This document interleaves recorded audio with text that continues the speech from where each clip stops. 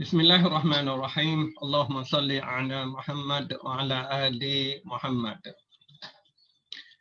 Rabbi shrah li sadri wa yassir li amri wahlul 'uqdatam min lisani yafqahu qawli. Assalamualaikum warahmatullahi wabarakatuh. Alhamdulillah, ini siri ketiga di bawah naungan kehebatan permulaan surah Al-Quran. Dalam apa yang saya berkongsi dalam siri di bawah naungan kehebatan Al-Quran ini ialah bagaimana untuk kita boleh rasa tersentuh apabila membaca Al-Quran. Kita boleh merasai sedikit mesej Al-Quran.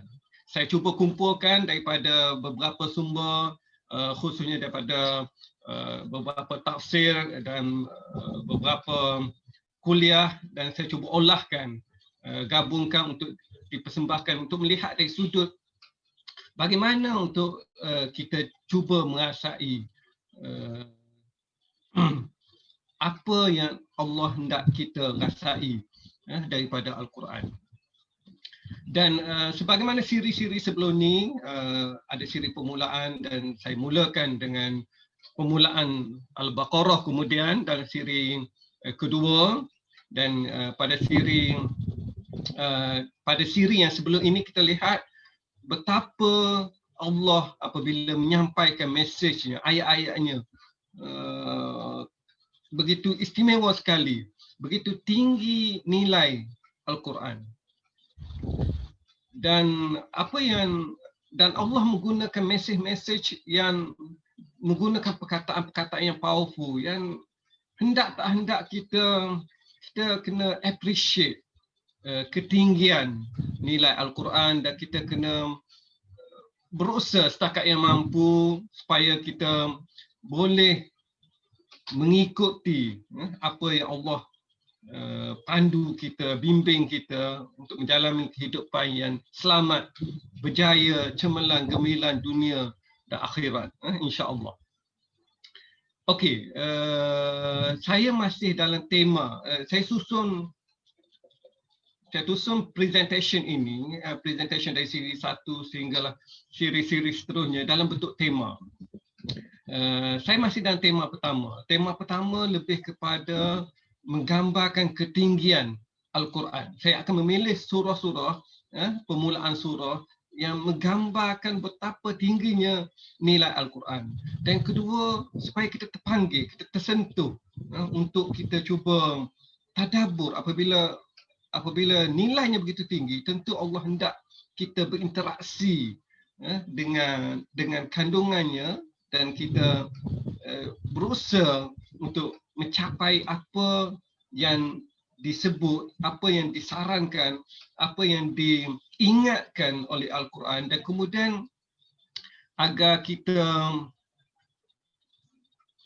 kita berusaha untuk mengamalkan apa yang ada di dalamnya. Okey, untuk siri kali ini,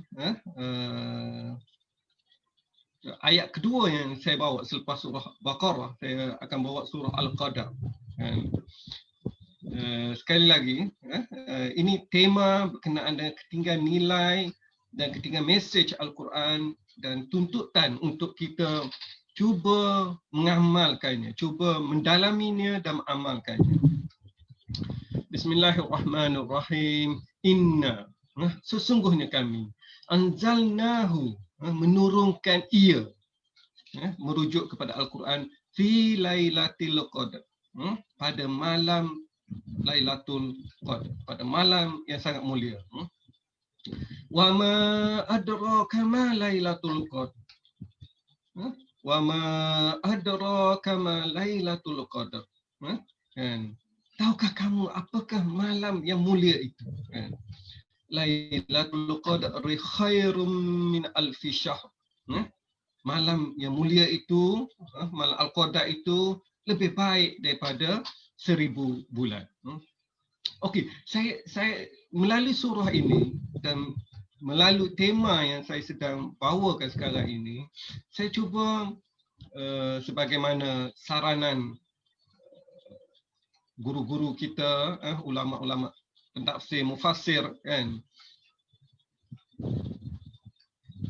bahawa surah ini menekankan tentang ketinggian kan. Jadi saya nak bawa satu perspektif tentang surah ini. Bukan sekadar ataupun sebahagian besar sebelum ini melihat surah ini hanya tentang Lailatul Qadar. Apabila setiap bulan Ramadan, inilah yang dirujuk oleh surah ini. Tapi saya ingin membawa satu sudut lagi yang saya kira inilah sudut yang lebih harus kita utamakan. Tidak mengurangkan kehebatan malam Lailatul Qadar. Kerana surah ini menekankan tentang kemuliaan dan ketinggian mesej Al-Quran. Itulah subjek utama surah ini, bermula dengan tentang Al-Quran. Dan Al-Quran dalam surah ini diceritakan Al-Quran penurunannya Allah menyampaikan pada kita dalam satu peristiwa yang gilang gemilang. Ada some events, event yang sangat penting bersama dengan turun Al-Quran itu. Jadi ianya penuh bersejarah. Seolah-olah kita gambarkan macam tu. Dia penuh bersejarah, bukan sekadar bersejarah, dan dia penuh dengan kehormatan, penuh kemuliaannya, yang kita akan lihat sekejap lagi. Saya tak pergi pada semua surah kerana inilah tujuan saya. Saya hanya pembukaan kepada surah-surah. Okey, saya pergi pada ayat pertama. Inna anzalnahu fi lailatul qadar. Sesungguhnya kami menurunkan ia, semua mufassir menyatakan ia tu merujuk kepada Al-Quran pada malam yang mulia. Okey, sebagaimana siri sebelum ini, kita cuba lihat bagaimana Allah menekankan tentang mesej Allah. Allah bermula dengan dua perkataan yang sangat strong yang menggambarkan kekuatan ayat itu. Inna, ada dua itu. In satu, nahnu. Kan? In tu sesungguhnya, nahnu tu kami. Na tu kami. Jadi sesungguhnya kami.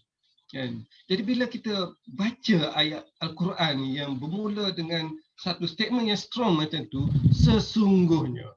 Jadi bila kita baca, kan? Jadi biar kita ada rasa penekanan Allah pada kita. Penurunan Al-Quran itu Allah mulakan dengan in, sesungguhnya. Jadi sesungguhnya itu menekankan tentang penurunan Al-Quran. Itu satu.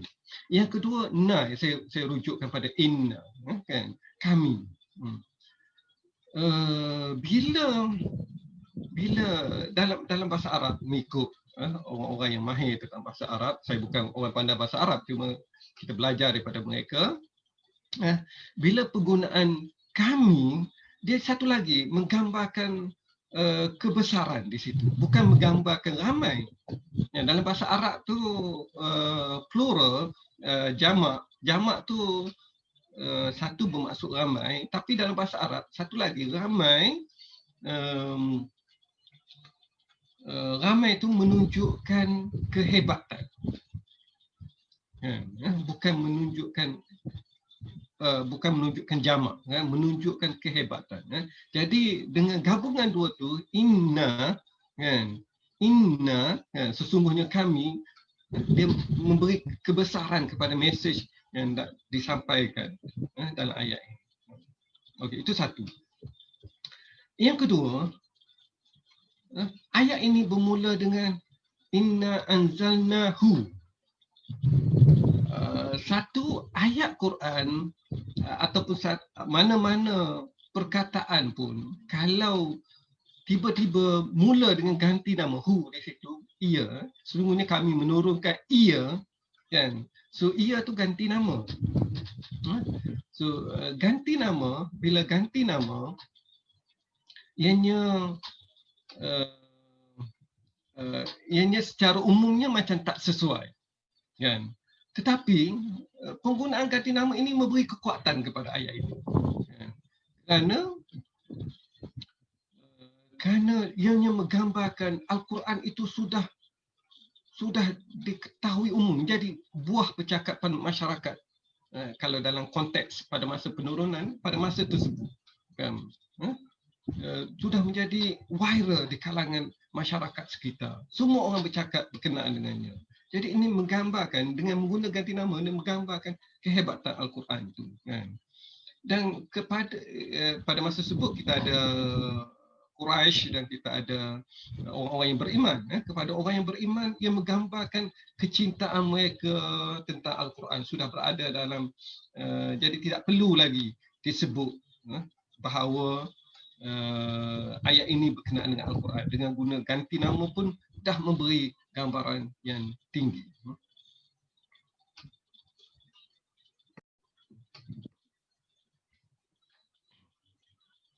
Okey, so jadi surah Al-Qadar ni menekankan tentang ketinggian, kehebatan, kemuliaan Al-Quran. Dan ianya bila digambarkan, dia menggambarkan bahawa penurunan Al-Quran ini ada upacara dia, ada suasana yang hebat, ada gilang gemilang di dalam penurunannya untuk menggambarkan betapa tingginya nilai Al-Quran. Dan diturunkan malam itu, malam yang sangat hebat, dengan malaikat yang mulia dalam siri penurunan Al-Quran. Okey, dia seolah-olah kalau kita menyambut satu ulang tahun yang istimewa, ianya ada hari cuti, dan ada upacara-upacara tertentu, dan begitulah yang digambarkan oleh surah ini. Syekh Qutb dalam Fi Zilalil Quran, kan, Syekh Qutb mengungkapkan bagaimana malam itu penuh bersejarah, kan. Ianya disambut gembira seluruh alam, alam langit dan alam bumi. Malam pertama kali diturunkan Al-Quran, malam peristiwa agungnya belum pernah disaksikan makhluk bumi. Temasyanya begitu agung, baik dari segi kebesarannya atau dari segi maknanya, maupun dari segi kesan-kesan dan kehidupan seluruh manusia. Malam itu bakal merubah struktur atau merubah nasib umat manusia. Allah menurunkan satu benda yang besar, satu yang bakal menjadikan manusia penuh mulia, penuh selamat dunia dan akhirat, penuh cemerlang dan penuh gemilang. Okey, dalam surah yang seumpamanya, dalam konteks yang seumpamanya, diceritakan, dilengkapkan juga oleh satu lagi surah, iaitu surah Ad-Dukhan, permulaan surah Ad-Dukhan. Bismillahirrahmanirrahim. Hamim. Wal kitabil mubin. Sesungguhnya, demi Al-Quran, kitab yang menerangkan kebenaran. Inna, sekali lagi, inna anzalnahu fi lailatin mubarakah. Sesungguhnya kami menurunkan ia pada malam yang penuh keberkatan. Inna kunna munzirin. Dan kami siasa memberi peringatan dan amaran. Quran itu bukan sekadar mulia pada dalam peristiwa yang mulia, dia mengandungi peringatan, amaran untuk memastikan keselamatan hidup kita di dunia dan akhirat. Fiha yufraqu kullu amrin hakim, amran min indina inna kunna mursilin. Kami menurunkan Al-Quran pada malam tersebut kerana pada malam berkat itu dijelaskan pada malaikat, ada peristiwa dia, tiap-tiap perkara yang mengandungi hikmah serta tetap berlaku, tidak berubah dan bersuatu. Jadi bukan sekadar ketinggian nilai Al-Quran, ketinggian Al-Quran, malah ketinggian itu bukan sekadar ketinggian dari segi bacaannya, dari segi tulisannya juga, dari segi kandungannya, ada peringatan, ada amaran, yang besar kesannya, kan, besar mauizahnya, ya, pengajarannya kepada manusia. Okey, dan malam itu bukan malam biasa. Malam itu bernilai 1000 bulan. 1000 bulan itu ada pelbagai perbincangan. Ada yang mengatakan ini lebih daripada itu, sekadar menggambarkan betapa besarnya malam itu. Ini juga malam agenda perencanaan. Ini Syekh Qutb. Malam agenda perencanaan dan penyusunan takbir ilahi terhadap kehidupan para hambanya. Itu yang kita sebutkan bahawa ianya memberi kesan yang besar kepada manusia. Allah mempunyai plan tersendiri terhadap hamba-hambanya. Dan Al-Quran adalah panduan hidup dalam manusia menjalani kehidupan ini. Dan malam ini telah kita ingati, kita ulangi setiap tahun.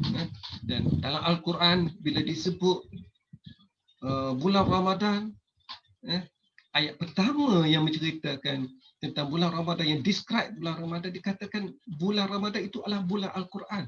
Dan menggambarkan pentingnya nilai Al-Quran itu.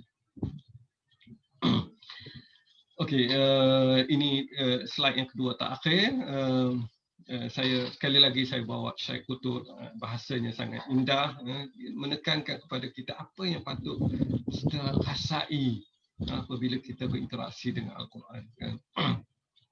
Syekh Qutb macam menyimpulkan kepada kepentingan nilai Al-Quran dalam surah Al-Qadar ni, dan juga dalam surah Ad-Dukhan, awal permulaan surah Ad-Dukhan, mengikut Syekh Qutb, kan, akad muslimin pertama yang turunkan Al-Quran kepada mereka bagi pertama kalinya itu telah hidup di bawah naungan Allah dan satu tempoh waktu yang amat gemilang. Kita boleh rasai umat zaman pertama hidup dengan penuh gemilang, dan telah memberi begitu banyak perubahan yang sangat besar kepada manusia. Saya pernah menceritakan bagaimana contoh, sekadar satu contoh ialah keadaan orang-orang jahiliah pada masa tersebut, bagaimana mereka hidup, anak perempuan ditanam hidup-hidup. Sangat, walaupun kita tahu ini tak logik, tetapi itulah mereka sudah hidup dalam suasana itu. Ada yang anak dia besar selepas mungkin umur 6-7 tahun, mereka telah pakaikan pakaian induk. Banyak diceritakan dalam sejarah. Mereka bawa anak mereka ke suatu tempat. Ada diceritakan salah satunya ke satu lubang telaga yang dalam, kan. Dia minta anak perempuan dia tengok ke dalam telaga itu, dan itu dia tolak, kan. Dan dia meninggalkan macam tu, dan bunyi anak dia menjerit dari dalam tu, dia tinggalkan macam tu. Itulah. Tapi Islam datang, Islam menghapuskan semua itu. Islam membawa kemuliaan kepada manusia, kan. Jadi inilah masyarakat yang diturunkan Al-Quran, kan. Mereka berhubung secara langsung dengan Allah, yang apabila kita baca Quran, Quran itu dari Allah, kita berhubung secara langsung dengan Allah, direct dengan Allah, yang mana Allah mendedahkan satu demi satu rahsia-rahsia tersimpan di hati mereka dan hati kita sendiri, yang kadang-kadang ada sedikit ragu-ragu, di mana ada pesona berlebihan dengan kehidupan duniawi. So Allah menyedarkan mereka satu demi satu bahawa Allah sentiasa memerhatikan segala tindak tanduk. Masyarakat yang mengetahui, yang merasai Allah memerhatikan, akan satu masyarakat yang akan jadi sangat mulia. Oleh itu perhatian dan pengawasan ilahi itu sentiasa diperhitungkan mereka pada setiap gerak langkah dan pada setiap lintasan fikiran yang tercetus di dalam domain hati mereka. Okey, akhirul kalam.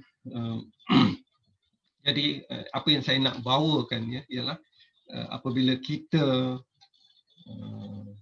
melalui surah ini dan Al-Quran secara keseluruhannya, kan.